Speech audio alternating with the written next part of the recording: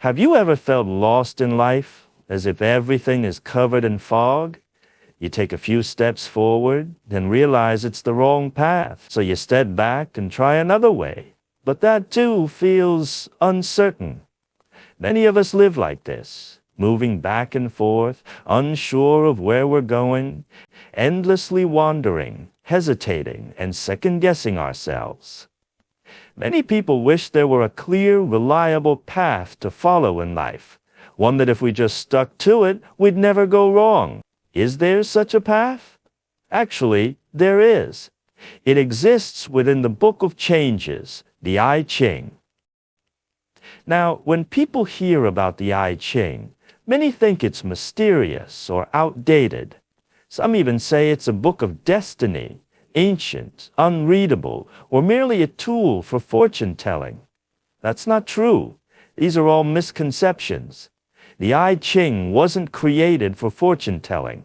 If you spend all your time trying to predict your destiny with it, you've already misunderstood its purpose.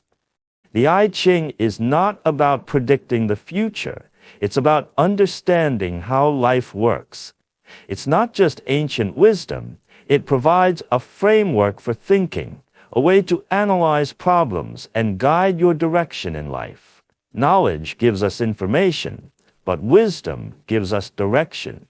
And that direction begins with how we think. Today, many people are knowledgeable. They're filled with information and data. But when real problems arise, they're helpless. Why? Because they have information, but no clear thinking path to organize it into effective solutions. This is one of the great blind spots in modern education. We give young people knowledge, but we don't teach them how to think. And where did the I Ching's way of thinking come from? It came from nature. Our ancestors didn't have books to read. They studied the universe itself. They observed the sun rising in the east and setting in the west, the moon becoming full on the 15th day and disappearing at the month's end, the changing of the seasons, spring, summer, autumn, winter, over and over again. Through observing these natural cycles, they discovered that all things in the universe follow a pattern. This pattern they called the Tao, the way. So, what the I Ching teaches is the way of being human, the fundamental principles we should follow in how we live and act. At the core of this law is one key phrase, one yin, one yang, that is the Tao. 一阴一阳去谓道. This is extremely important. All 64 hexagrams and 384 lines of the I Ching, with all their transformations, ultimately express this truth, yin and yang. What does that mean? Simply put, where there is day, there is night. Where there is heaven, there is earth. Where there is joy, there is sorrow. Where there is gain, there is loss. They always exist together, not in opposition or conflict with each other, but in complementarity. They balance each other. Without yin, you cannot appreciate the value of yang. Without yang, yin has no meaning. When you truly understand this principle, your perspective changes. When you see someone successful, you won't just see their glory. You'll also recognize the hardship and effort they've invested behind it. That's yin. When you see someone struggling, you won't write them off as a failure. You'll see the opportunities hidden within their challenges. That's yang. Everything in life contains both yin and yang, good and bad. This is the first and most important lesson the I Ching teaches. See both sides of everything. It sounds simple, even cliché, but how many people truly do this? We humans have a habit of seeing things only from our own perspective. If we like someone, we think everything about them is great. Even their flaws seem adorable. If we dislike someone, we think everything they do is wrong. Even their strengths look fake. That's bias. seeing only one side, either yin or yang. This one-sidedness leads to many wrong judgments.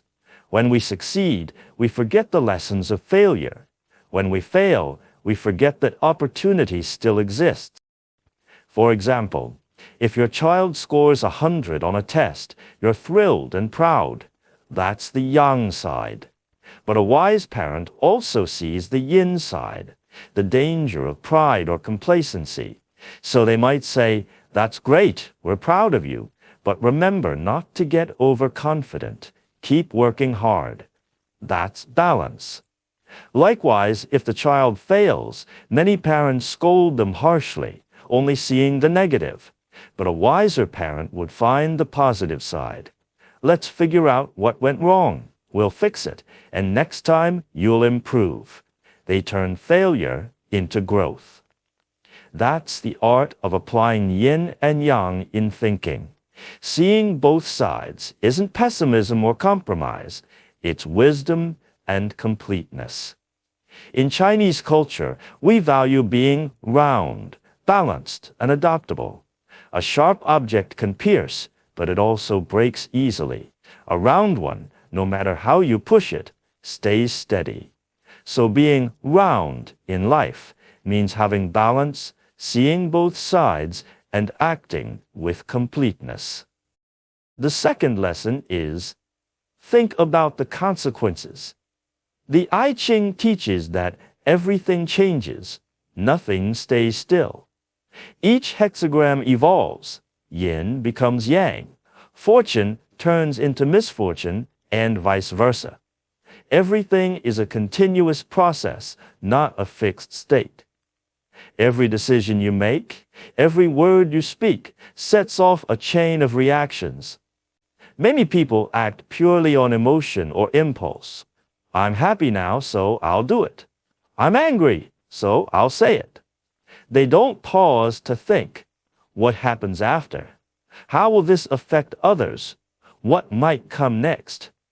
That's like driving forward without ever checking the rearview mirror. Dangerous. So before you speak or act, think of the consequences. Words can hurt deeply. That's why, when words reach your lips, pause and think. That pause gives you time to consider, should I say this? Is this the right way to say it? Will it solve the problem or make it worse? Thinking about consequences doesn't make you fearful. It makes you responsible.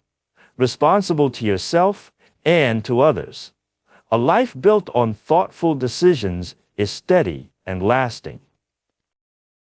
And the third lesson is, always leave room to turn back. Don't push things or corner others to extremes. Don't speak or act in absolutes. Why is a mountain tall? Because it doesn't reject any stone. Why is the ocean vast? Because it accepts every river. A person with greatness must learn to leave space. When dealing with others, don't corner them, even when you're right. If you force someone into a dead end, they'll fight back desperately. That leads to mutual harm. In Chinese philosophy, we say, when you spare others, you spare yourself. Leave a path for others to retreat, and you'll find peace for yourself too. Even with yourself, don't make absolute promises like, "I'll always succeed." Life changes, and flexibility is strength. The more rigid your words, the less room you have to adapt. A mature person speaks with flexibility. "I'll do my best. Things look promising so far." That's not evasion. It's wisdom in facing change. When you understand yin and yang, you learn that balance is power. And these three principles, see both sides, think ahead, and leave room, are actually one complete system of thought. They teach us how to think comprehensively, act responsibly, and live wisely. Life goes wrong when our thinking goes wrong, when we're too absolute, too impulsive, or too one-sided. If we align our minds with the natural law of yin and yang, everything flows smoothly, not because life becomes easy, but because we gain the ability to face both success and failure with balance and clarity. When your thinking aligns with the Tao, your actions follow the rhythm of the universe. You don't force life, you move with it. You'll find that your decisions become more precise, your relationships more harmonious, and your life path becomes steadier and wider. That is the wisdom of the I Ching, not superstition, but a profound guide for life.